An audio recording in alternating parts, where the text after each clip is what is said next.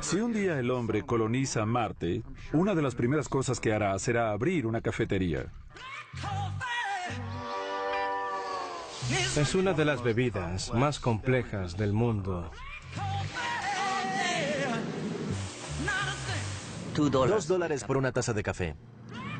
1 céntimo va para el caficultor. Cultivado en montaña. El café es el segundo producto legal más comercializado en el mundo después del petróleo.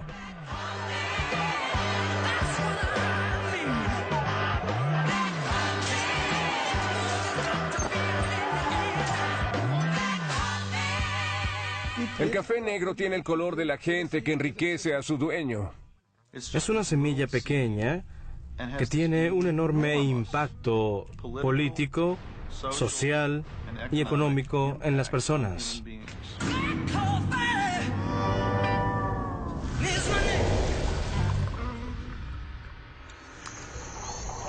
Esta es la historia épica de una bebida nacida en el mismo lugar que nacieron nuestros ancestros más antiguos. Durante la siguiente hora, veremos cómo el café nace de la antigüedad y se convierte en un medio oscuro para la evolución de la vida social, sexual, económica y política, fomentando lo mejor y lo peor de nuestra civilización.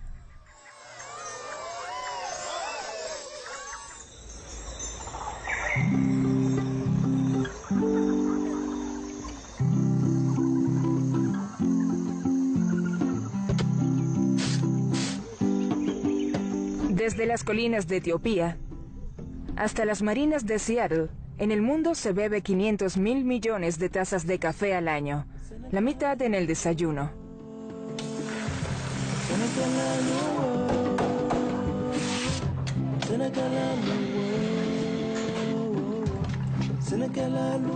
Cada mañana, en todo el planeta, cada persona prepara café de su forma favorita.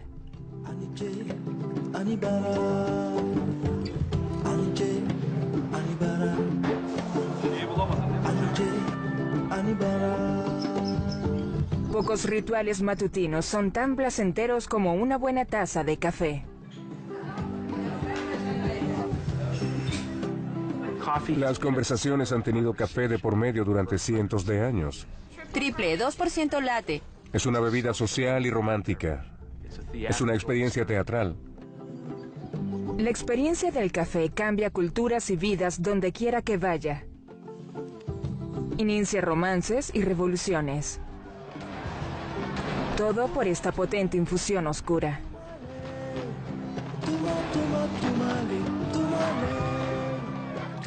Es negro y aclara nuestro cerebro, así que produce luz en la mente. Es algo que pasó por el fuego, así que tiene una atracción algo diabólica. Sí hay magia negra asociada al café. Como una bebida esencial por las mañanas, a través del café se ingiere la mayor cantidad de la droga legal más consumida en el mundo. Si mañana retiraran el café del mercado mundial y no existiera ningún producto similar, la gente enloquecería, se pondría así.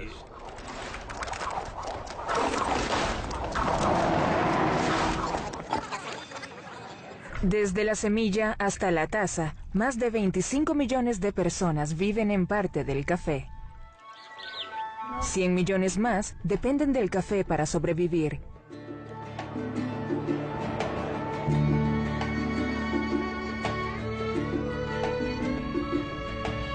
La historia del café comienza con un grano verde escondido de la cereza roja del cafeto. Algunos dicen que es mágico, otros que es maléfico. Pero sin importar lo custodiado que ha estado, ni los reyes, ni los comerciantes, ni los sacerdotes pudieron evitar que se esparciera por el mundo. Pues tarde o temprano, todos son seducidos por el grano irresistible.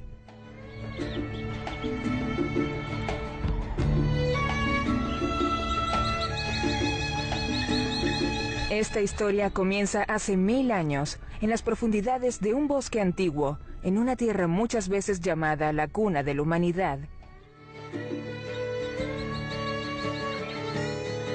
Nadie sabe quién o cuándo se descubrió el café, pero sabemos que fue en Etiopía. El café aún crece sin cultivarlo en las montañas de Etiopía. Y hay una leyenda llamada El Cabrero que tiene tanto sentido como cualquier otro mito creacionista.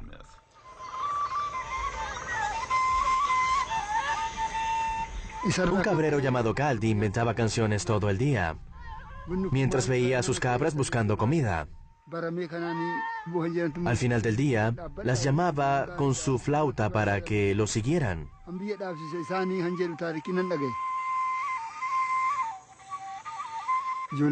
día las cabras no volvieron.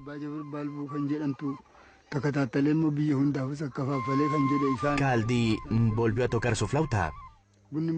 Las cabras no volvían.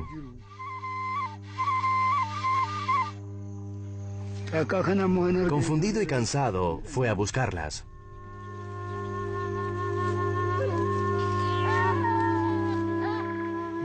Cuando Caldi las encontró, estaban balando y corriendo emocionadas.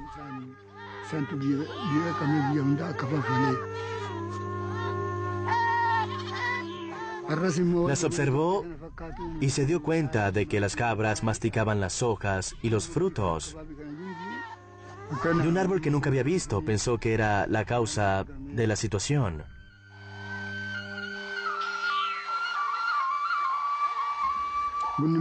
Caldi decidió probar los frutos.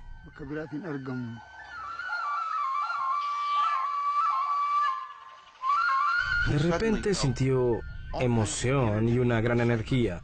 Comenzó a bailar y a cantar y le dieron ganas de escribirle poesías a su novia. Supuestamente así se descubrió el café.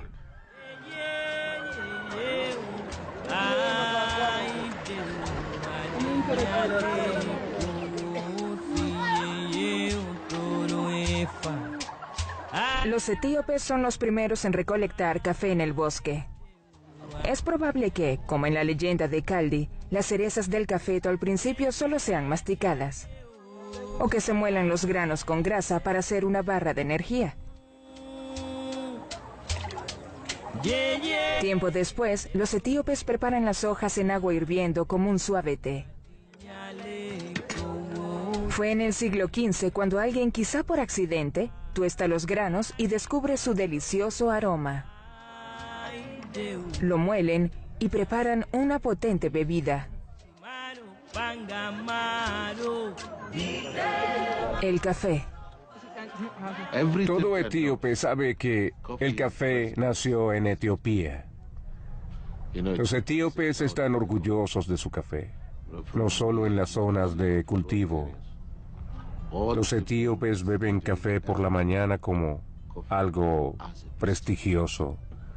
En la casa de cualquier etíope preparan café antes de cualquier comida.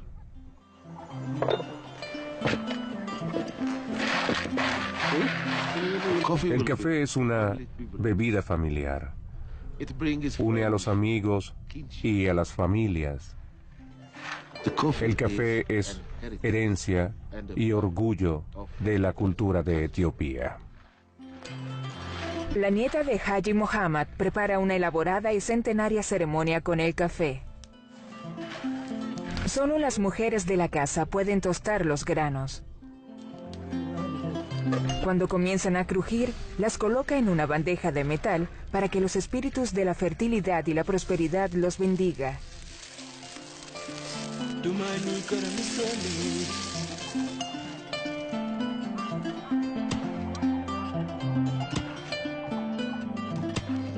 La ceremonia conmemora el viaje de 3 jeques que se adentraron en tierras salvajes en su búsqueda de Dios.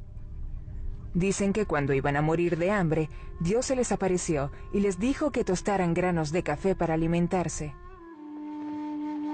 Se hacen 3 servicios de café para honrar a los 3 jeques. La primera ronda se llama Abel, luego Tona y finalmente Baraka, que significa la bendición.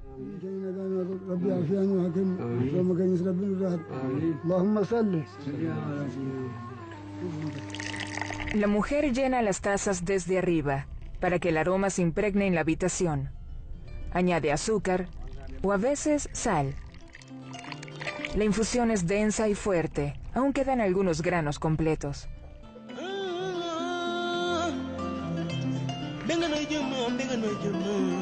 Primero es servido al de mayor edad.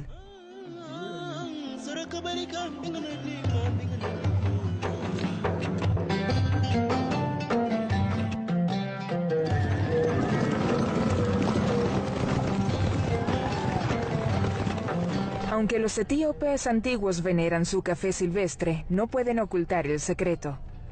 Es solo cuestión de tiempo para que los traidores lleven granos de café al puerto árabe de Moca. Allí, los árabes comienzan el primer cultivo conocido de café, en las montañas de Yemen. Probablemente el nombre del café provenga de Yemen, no de Etiopía. El cultivo de café traspasó el Mar Rojo, así que los árabes lo realizaron en Yemen. En árabe, kawa significa vino. Creían que era un sustituto legal para el vino cuando el vino era ilegal. Creo que café viene de kawa. Algunos dicen que el nombre café viene de un pueblo etíope llamado Kafta. Otros dicen que ocurrió lo contrario. También dicen que café es una palabra antigua que denomina algo que quita el deseo de dormir. La verdad es que nadie sabe de dónde proviene el nombre.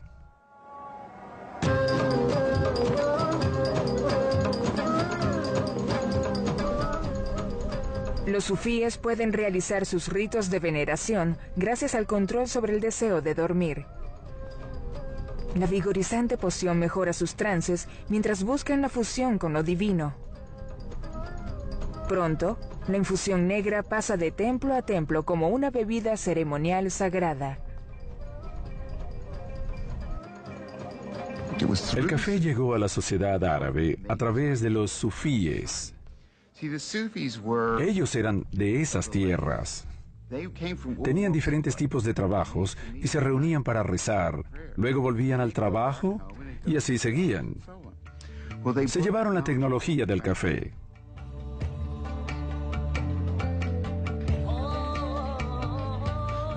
Pronto pasó a la vida seglar. Las personas muy adineradas tenían salones especiales para beber café. Se convirtió en el ritual social durante cada visita. Aparecieron cafeterías para los pobres, quienes comenzaron a frecuentarlas. Se convirtieron en lugares de mucha interacción social. La gente jugaba allí, las prostitutas empezaron a ir. A medida que las cafeterías atraen a los pobres, el café es visto como una bebida que causaba problemas. No había lugares donde conocer gente y entablar conversaciones que reunieran a personas de diferentes estratos sociales. Nunca se había visto algo como las cafeterías. Eran consideradas como centros de vicios, de sedición y de posibles revoluciones, y con razón. La verdad es que sí se habla de política en las cafeterías.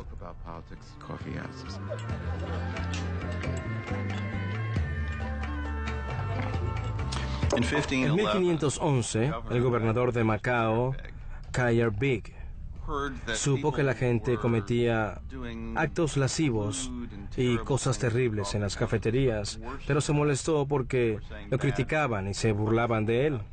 Creaban versos satíricos sobre él. Así que decidió prohibir las cafeterías. Las personas se reunían, conocían a otras personas, se volvían traidores. Pero lo peor era que bebían café, una droga, un estupefaciente. El Corán prohíbe el uso de estupefacientes. Es un asunto serio en el Islam. De hecho, se castiga con la muerte. Intentó prohibir las cafeterías. Sin embargo, el sultán de El Cairo, su jefe, que adoraba el café, revirtió la orden. Las disputas entre las clases gobernantes sobre las cafeterías incrementan la popularidad del irresistible grano.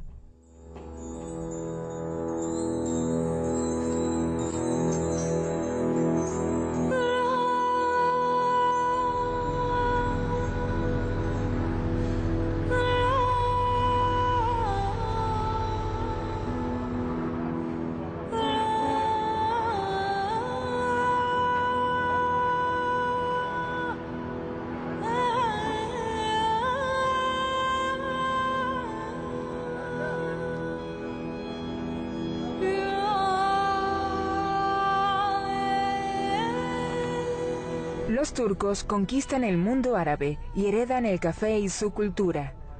Rápidamente, el café ocupa un lugar en las vidas de la gente.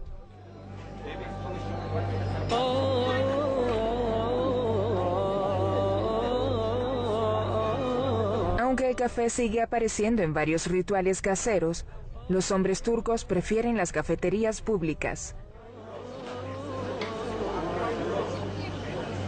El café es importante en nuestra cultura. Los hombres se reúnen en las cafeterías.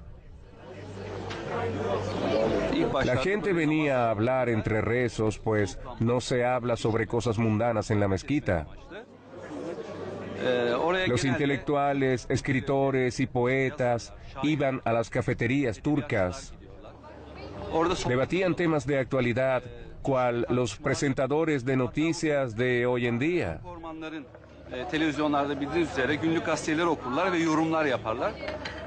En las cafeterías se intercambiaba conocimiento. Las cafeterías son muy importantes para la comunicación entre personas y el café es primordial para ello.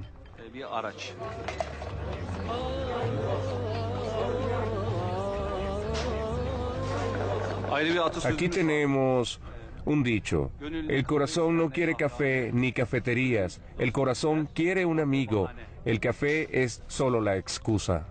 El café siempre ha sido importante para los hombres y las mujeres en Turquía, pero por una marcada separación sexual, las mujeres no pueden entrar en las cafeterías.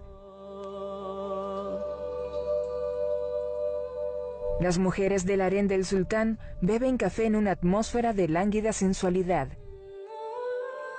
Luego, la divina de la corte les lee la taza del café y les dice si están satisfaciendo al sultán y a quién él ama más.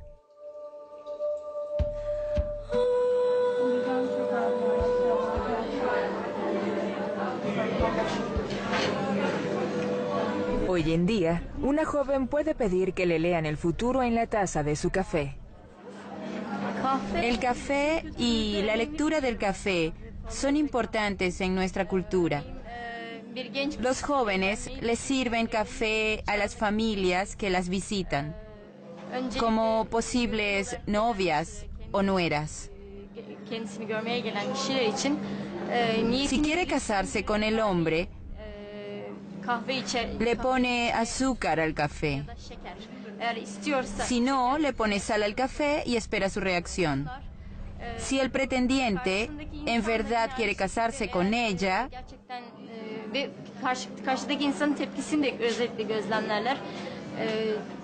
se toma todo el café y no le presta atención al mal sabor.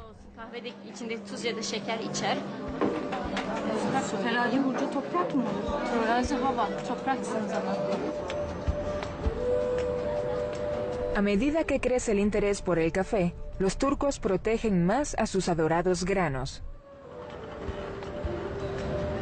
Fue un producto celosamente guardado, sobre todo después de la llegada del Imperio Turco Otomano. Esparcieron el café a lo largo y ancho del imperio, así que no querían que otros lo cultivaran. Era para mantener el monopolio antes de exportar los granos. Los servían para asegurarse de que no fueran fértiles. Se convirtió en un producto preciado y un objeto de contrabando.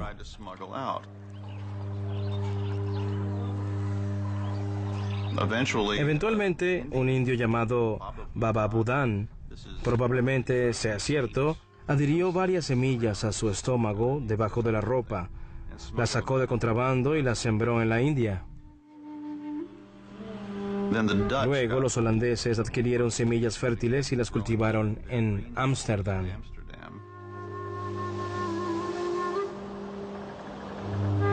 Los holandeses transportan el cafeto desde Holanda hasta su colonia en Java.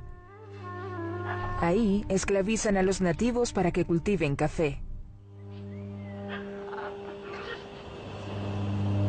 Para 1683, los granos de moca y java son los más buscados y el café se dispone a conquistar Europa, junto con los ejércitos del sultán. Sucedió durante la invasión de un sultán árabe a Viena, quien, con un gran ejército, se disponía a conquistar el occidente. Llegó a las puertas de Viena, había rodeado la ciudad y estaba a punto de conquistarla.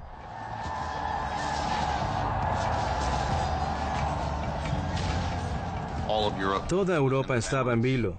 Intentaban decidir a quién enviarían a buscar refuerzos. Un polaco llamado Franz Georg Kolczycki había vivido en tierras árabes y hablaba su idioma. Así que se vistió como árabe y pasó por las líneas enemigas. Le pidió ayuda a las tropas francesas, quienes fueron y derrotaron a los árabes. Cuando huyeron, dejaron sus granos de café sin tostar. Nadie sabía qué eran. Creían que eran heces de camello, así que comenzaron a quemarlos. Kolczycki lo olió y dijo, eso es café, no lo quemen. Si no lo quieren, yo me lo llevo. Por haber vivido entre los turcos, Kolczycki conoce las técnicas para tostar y preparar el café. No tarda en abrir la Botella Azul, la primera cafetería de Viena.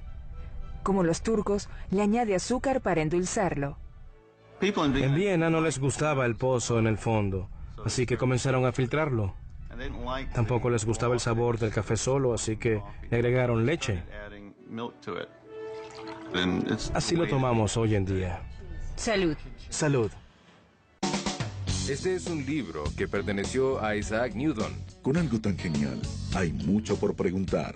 ¿Sabes quién fue Isaac Newton? ¿Fue quien dijo todo lo que sube tiene que bajar? Supongo que esa es una manera de decirlo. Bueno, ¿qué quieres saber sobre este libro? Quiero saber si es auténtico. ¿Le perteneció a Newton? El precio de la historia. Esta noche a las 9. Por History. En McDonald's todos los días de la semana hay un McTrio diferente por 44 pesos. ¿Y si al final de podar me da más hambre? Si quieres más, hazlo doble. Porque ahora en McDonald's, lo grande puede ser más grande.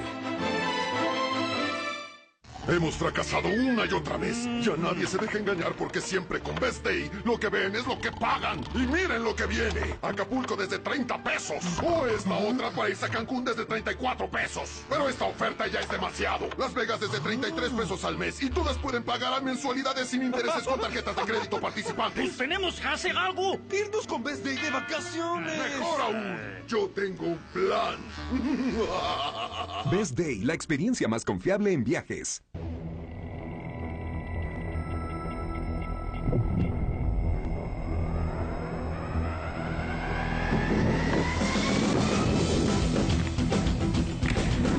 Los Juegos Olímpicos London 2012, totalmente en vivo por Terra, velos como nunca antes.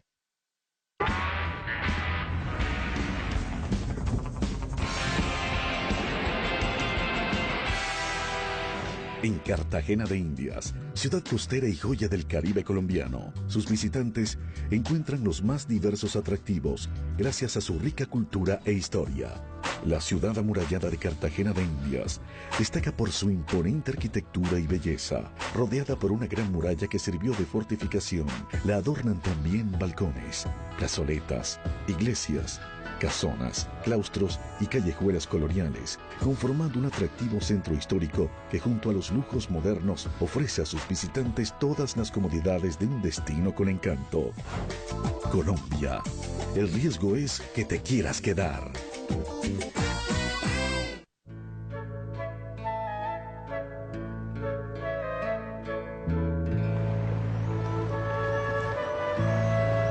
Mientras los vieneses originan la forma moderna de beber café, la perfección de la cultura cafetera ocurre en Italia.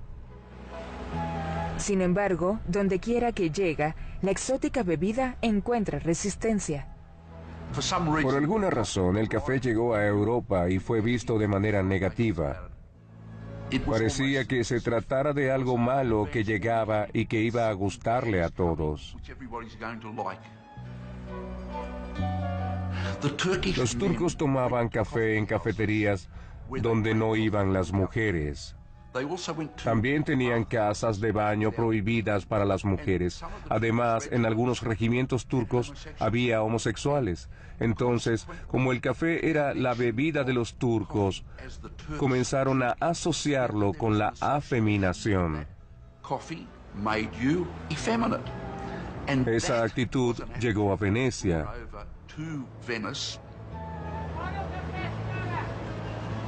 Fueron muchas cosas que la gente creía debido a que el mundo musulmán estaba cerrado al occidente.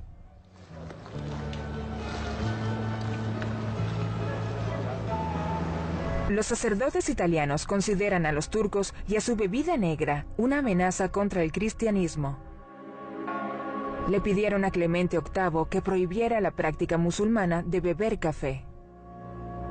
Pero cuando el Papa lo prueba, le parece tan delicioso que decide bautizarlo.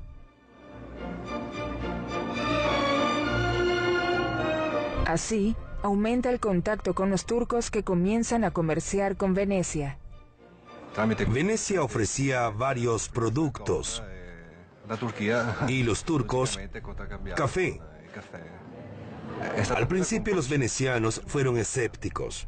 Después de la apertura de la Florian en 1720, la primera cafetería de Venecia, los venecianos se acostumbraron poco a poco al café. En los siguientes 30 años se abren más de 200 cafeterías en Venecia. Había cafeterías para los burgueses y para los ricos. La Florian era para los ricos.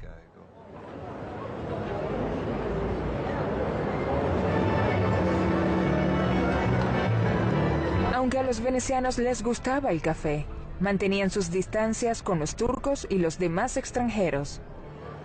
El café La Avena de la Plaza San Marcos era muy conocido en el siglo XVIII porque en esa época los venecianos no querían a los extranjeros.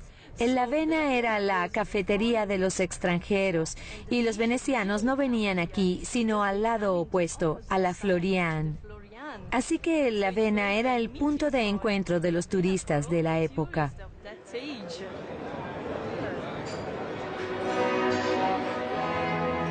El Café La Avena es conocido como la cafetería de Richard Wagner, pues él solía venir todas las tardes a las 5 con su esposa y sus hijos, y se sentaban a hablar con Carlo La Avena, mi bisabuelo.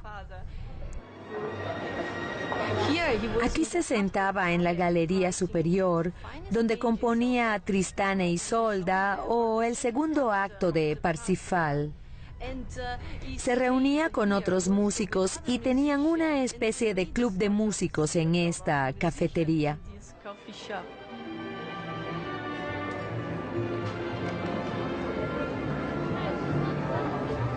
El alemán Richard Wagner compone en La Avena, mientras el italiano Giuseppe Verdi compone en la Florian. A ninguno les pasa por la mente cruzar la plaza para conocer al otro mundo.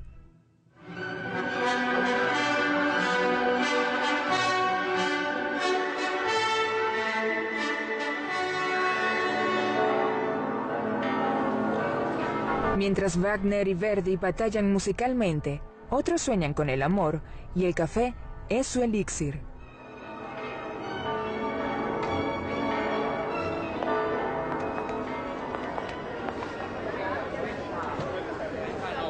Tanto la Florian como el La Avena son frecuentados por mujeres.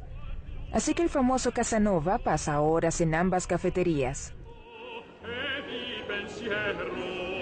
Por ser uno de los pocos venecianos que buscan romances en ambos lados de la plaza, lo conmemoran con un café que lleva su nombre. Probarán nuestro café Casanova. Esta es la receta secreta con las especias y este es el expreso. Vamos a mezclarlos.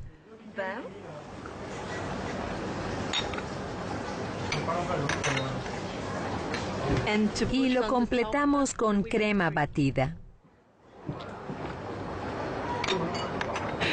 Se llama Casanova porque es una receta antigua y tomamos las especias del siglo XVIII. Si pruebas este café, la mezcla es increíble. Los italianos adoran el café y han enriquecido la cultura cafetera del mundo.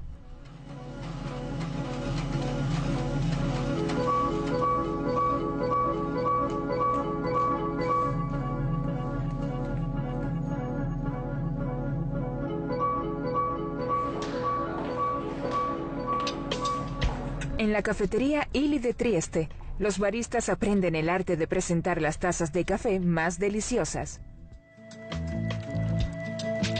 Su obra maestra es el cappuccino magisterial.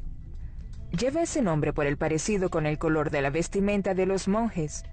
Generalmente, al menos los italianos lo beben por la mañana.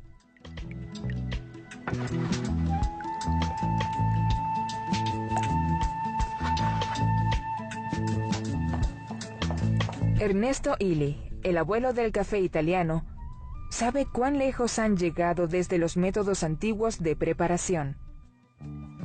Otros europeos han desarrollado diferentes sistemas de preparación de café, pero para los impacientes italianos demoran demasiado. Los napolitanos son muy impacientes. Uno que tenía un amigo en Milán dijo, ¿puedes darte prisa? No quiero esperar 6 u 8 minutos. Ponle presión. Le puso presión y así nació el expreso.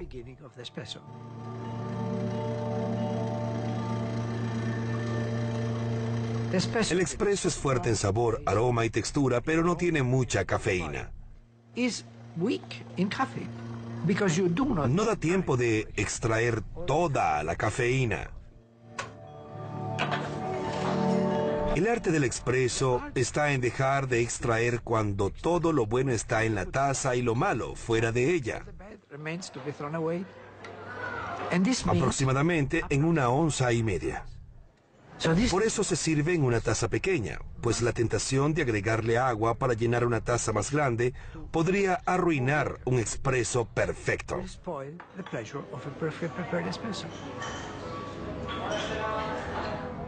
Es contradictorio, es fuerte en sabor y olor, pero bajo en cafeína.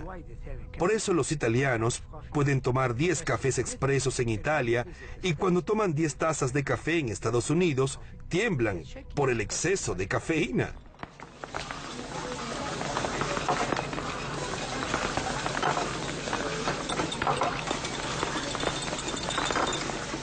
Si quieres estimular tu cuerpo, darle energía, tomas efedrina, pero no te relajas. Si quieres relajarte, tomas una copa de vino, pero pierdes energía. Solo el café te da energía y te relaja. Por eso el café es tan mágico. Entiendo que la gente pensara que el café era mágico porque en verdad lo es.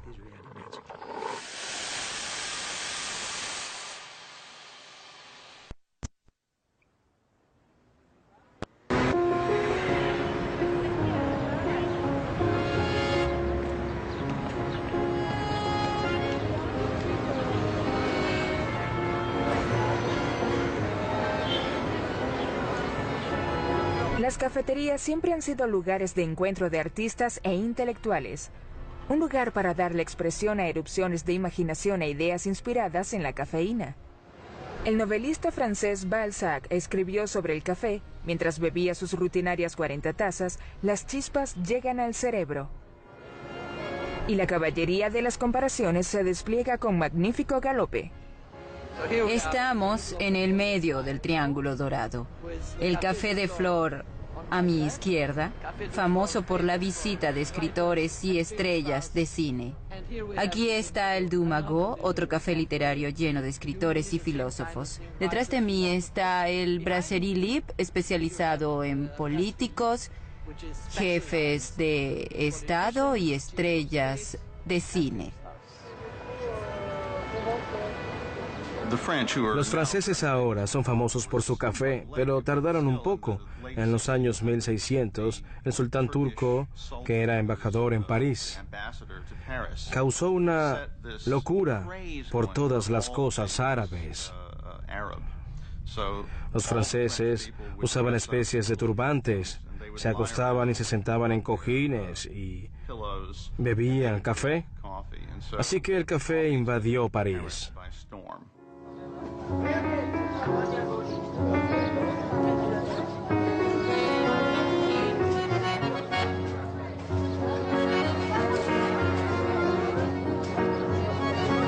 Los franceses están enamorados del café, pero no saben prepararlo. Procopio del Cortel, un italiano, aprovecha esta oportunidad.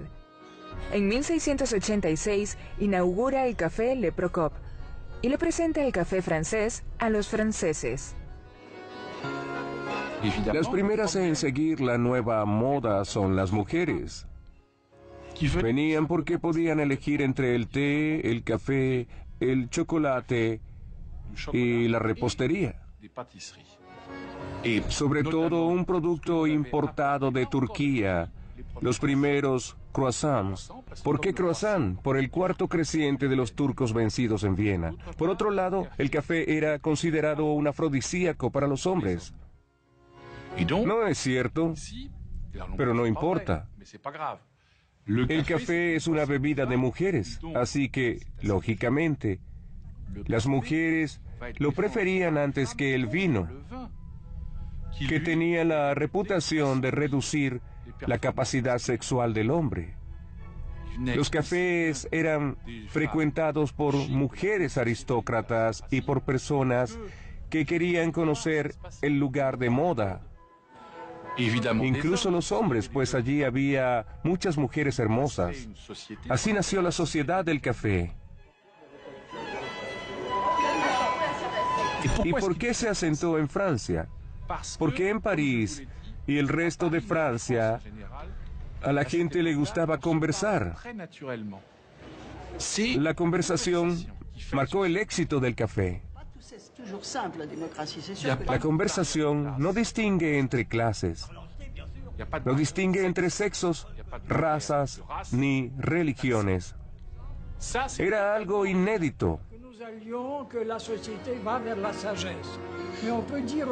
Desde los primeros días de Le Procop, los franceses se han reunido en cafés para discutir y debatir. Il y a des mecs qui ont besoin d'un espace vital où ils font. Parce que plus on a d'espace vital, plus on consomme et plus on fait de la merde. Et c'est peut-être comme ça que les problèmes se régleront. On peut dire, par exemple, La conversación se convierte en un arte, ahora que el café reemplaza al vino y a la cerveza. Todos bebían. Los hombres, las mujeres, la alta sociedad, los pobres. Bebían mucho. En Alemania, Holanda e Inglaterra bebían aún más. En Francia, bajo el mandato de Luis XIV y Luis XV, en los siglos XVII y XVIII, un hombre bebía un promedio de 7 u 8 litros de vino al día, además de 1,5 litros de alcohol puro. Trabajaban entre 14 y 15 horas diarias. Incluso los niños bebían. En Europa la población fue alcohólica durante décadas. De repente el café permitió que aparecieran lugares donde la gente podía comunicarse y beber sin alcohol. Los europeos están sobrios y alertas y pueden apreciar su entorno. Alrededor de las mesas de mármol de sus cafés, los franceses discuten los acontecimientos diarios y consideran qué pueden hacer al respecto. Una vez más, el café estimula la fermentación social. Las cafeterías fueron muy importantes. Los dueños dejaban periódicos en las mesas, así que se convirtieron en lugares de importantes discusiones políticas. Era importante tener la cabeza despejada. La embriaguez no era buena para los planes de guerra o para los planes políticos. Muchos movimientos revolucionarios nacieron en cafés, es cierto. Por ejemplo, Marat, Robespierre, Danton y todas esas personas fueron decapitadas, pero cuando tenían sus cabezas allí podían hablar y planificar de verdad. Después de la toma de la Bastilla, Camille Desmoulins se reunió con sus seguidores en el Café de Foix, donde hizo su famosa declaración. Tomó una hoja de un árbol del Palacio Real y dijo: usemos la escarapela en el sombrero para reconocernos. Así, el Café de Foix se convirtió en el café de los revolucionarios.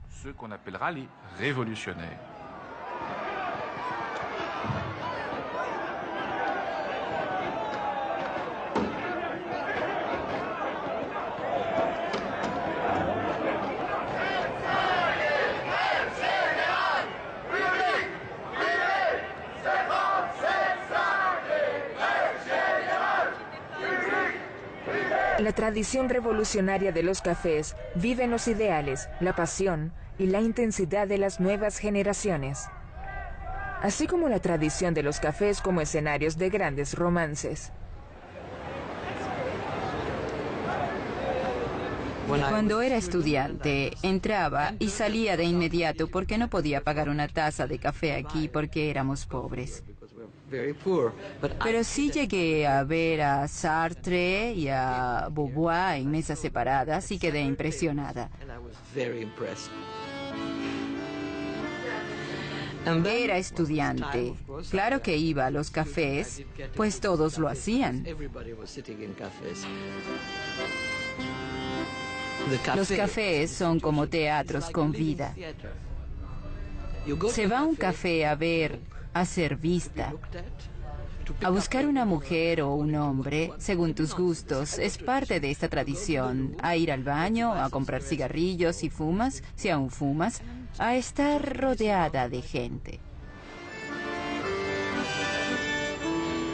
En una sociedad tan cerrada como la nuestra, puedes entablar una conversación en un café. O incluso comenzar una especie de relación después de hablar. Se puede hacer. No es grosero hablar con alguien, conocerlo y tal vez comenzar una historia de amor.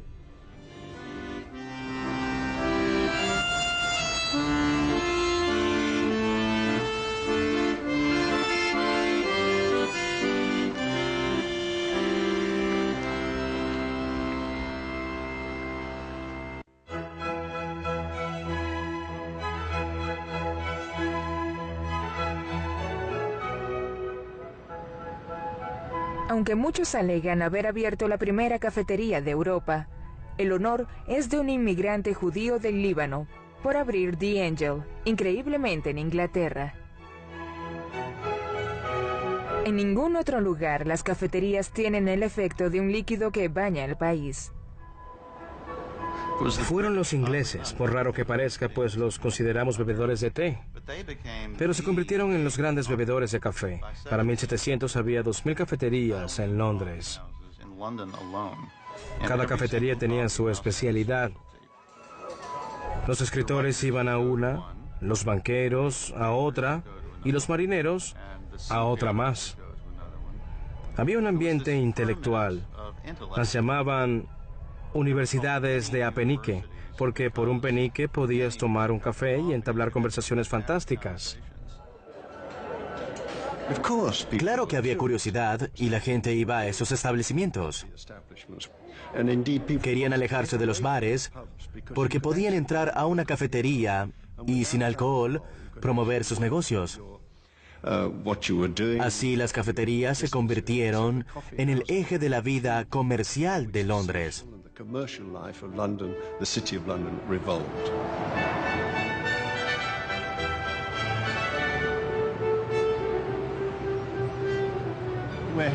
Estamos en el corazón de Londres.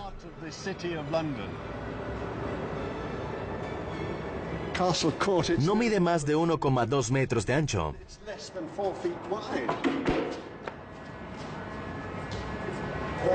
De repente la atmósfera te transporta a hace 300 años. Aquí está lo más sagrado, la esquina del Jamaica Coffee House, donde Pascal Rosset abrió su primera cafetería en Londres en 1652. Pascal Rosset entró a este negocio por su jefe, quien tenía conexiones en Turquía. Traía el café y lo preparaba en su casa. Recibía muchos invitados. A todos les encantaba el aroma de los granos de café tostados. Así que le dijo a su sirviente que debería abrir un local en la ciudad. Aquí lo hizo.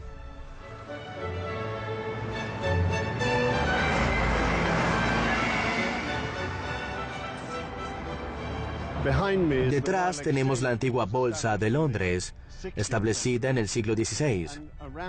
Cuando abrieron las cafeterías en 1652, los comerciantes encontraron a dónde ir para alejarse del trabajo. Esto es Change Alley, un lugar muy importante para las cafeterías de Londres.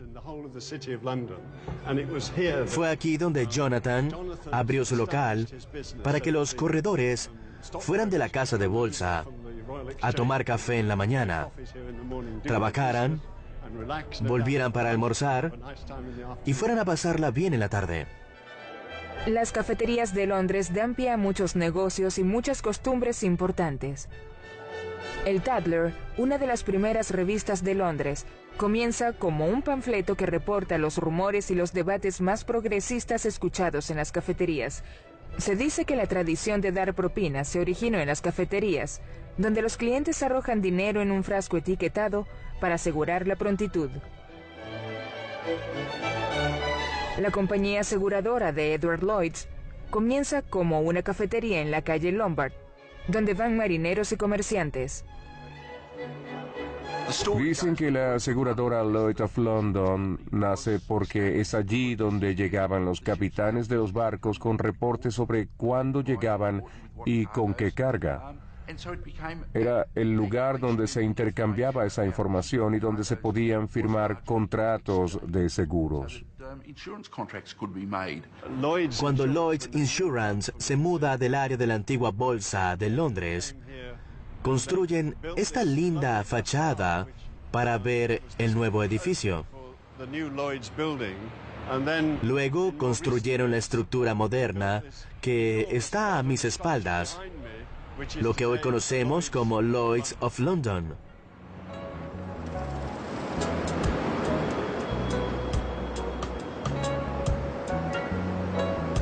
El mundo social y comercial londinense siempre ha pertenecido a los hombres. Antes, las mujeres no podían entrar a las cafeterías a menos que trabajaran ahí. Como en París, las mujeres londinenses del siglo XVII asocian el café con el sexo. Pero a diferencia de las parisinas, las británicas excluidas de las cafeterías tienen una idea distinta. Existía la idea de que el café era malo para el sexo, de que afectaba el desempeño sexual del hombre. Estas ideas fueron interpretadas y mal interpretadas donde quiera que aparecían. Así que cuando el café llegó a Inglaterra, recuerda que era un país muy rico en esa época, se creía que era malo para la actividad sexual. Se puede apreciar en el primer panfleto publicado por las damas de Londres en forma de queja. Entre otras cosas decía, cuando nuestros galanes llegan a casa, solo tienen húmedas las narices, solo tienen duras las articulaciones y solo permanecen erguidas las orejas. Eran muy graciosas. Los hombres publicaron una respuesta en la que decían que no era cierto, que el café añadía una esencia espiritual al esperma y los convertía en mejores amantes.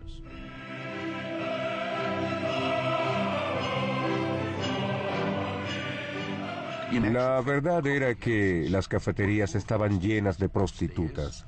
Las mujeres se quejaban porque los esposos se acostaban con Catherine, se tomaban una taza de café y cuando llegaban a sus casas y las mujeres querían relaciones sexuales les decían, lo siento, me tomé un café. Eso fue lo que pasó, pero la historia pasó de manera folclórica, de madres que les contaban a sus hijas los supuestos efectos del café. Las mujeres no tuvieron cabida en las cafeterías, así que se convirtieron en clubes exclusivamente para hombres. Había salas de té públicas en los años 1700, donde las mujeres y los niños podían ir, así que el té se impuso sobre el café por muchas razones. Existía un gusto por el té, y la gente hablaba sobre las últimas modas de la bebida. El té no solo es más sociable y democrático, sino más económico y fácil de preparar. Y los británicos, no muy conocidos por sus dotes culinarios, nunca aprendieron a preparar un buen café. El café era mucho más difícil de preparar. Había que tostarlo, luego molerlo y finalmente prepararlo. Preparar el café no es fácil. Pero los propietarios de las cafeterías pensaron, un momento, la hoja de té no se tuesta, está lista. Solo se agrega agua y se obtiene una bebida maravillosa. De repente, el té se popularizó. A las mujeres les gustaba. Había un ritual de presentación del té de la tarde. El encanto, la cortesía y la cultura del té era una experiencia muy agradable. Era un momento del día en que las mujeres podían hablar con sus hijos. Era algo familiar. Las importaciones de té aumentaron y el té representó una ganancia. La empresa British East India tenía el monopolio del té chino y querían venderlo. Al final del siglo XVIII, en Inglaterra se bebía principalmente té.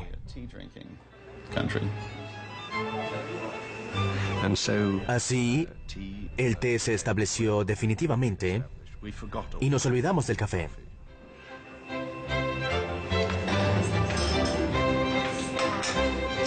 Hasta hace poco, un inglés bebía en promedio la misma cantidad de tazas de café en un año que un italiano en 2 días. Durante el resto del día, es hora del té. Qué placentero es preparar el té y qué placentero es tomarlo.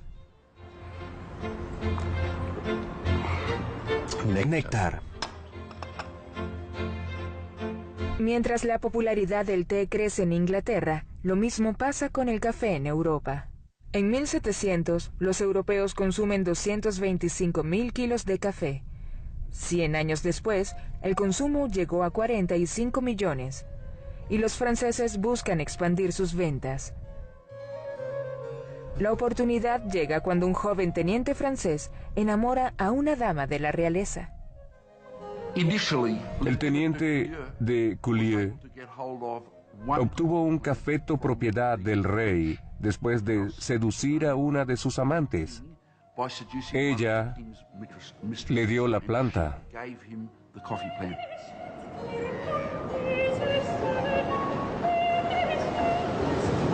Gabriel Mathieu de Coulieu lleva un cafeto a través del Atlántico. La cuidó con cariño. Comparte la mitad de su ración de agua con la planta durante una sequía y la protege de los pasajeros envidiosos y otras amenazas. Un holandés le arrancó una hoja a la planta porque no quería que un francés fuera quien la llevara. Unos piratas atacaron el barco, así que tuvo que protegerla de ellos. También hubo una tormenta. Pero logra llevar el cafeto y plantarlo en Martinica.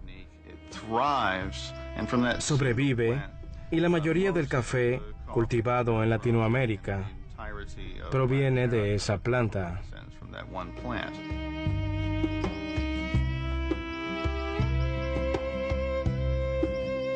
Pero tal como el deseo por el café estimula la era de la razón en la democracia, impone el colonialismo en América.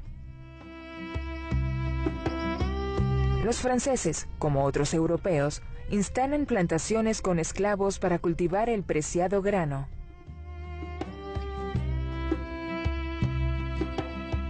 Después de la llegada del cafeto de Culier a Martinica, el café se esparció, sobre todo en las colonias francesas, entre ellas la isla San Domingo, hoy en día Haití. Para 1790 la mitad del café del mundo se cultivaba en esa isla. Es impresionante. Pero los 100 esclavos llevados desde África.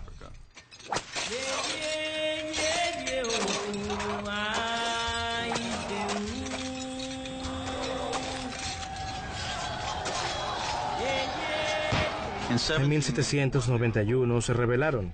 Lo primero que hicieron fue destruir las plantaciones de azúcar y café. Como resultado, Haití ha sido el país más pobre del hemisferio occidental.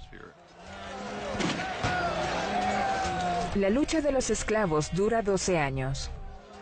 En un intento inútil de recuperar Haití, Napoleón despliega sus tropas, pero no tienen éxito. Es la revuelta de esclavos más exitosa de la historia. Cuando Napoleón se entera de lo sucedido, exclama furioso: «Malditas colonias, maldito café». Es irónico que la razón por la que los esclavos se rebelaron en 1791 fuera que 2 años antes hubiera comenzado la Revolución Francesa. La Revolución Francesa, en gran medida, fue planificada en cafeterías, y el café fue una de las razones de la revuelta. El café estaba revolucionando Europa, pero al mismo tiempo, los esclavos se rebelaron por cómo los obligaban a cultivarlo.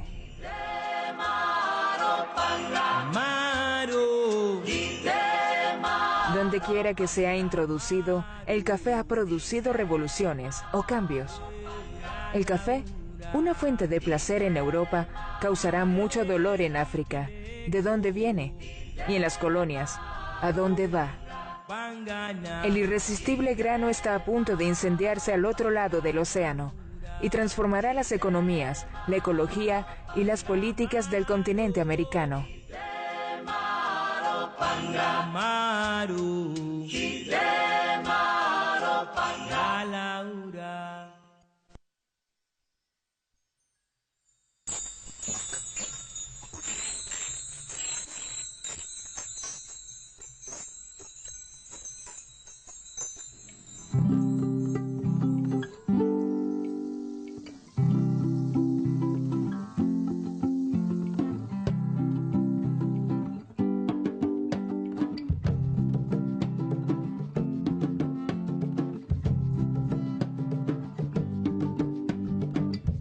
Senekala luwo, Senekala luwo, Senekala luwo, Senekala luwo, Aniche, Anibara, Aniche, Anibara, Aniche, Anibara, Aniche, Anibara.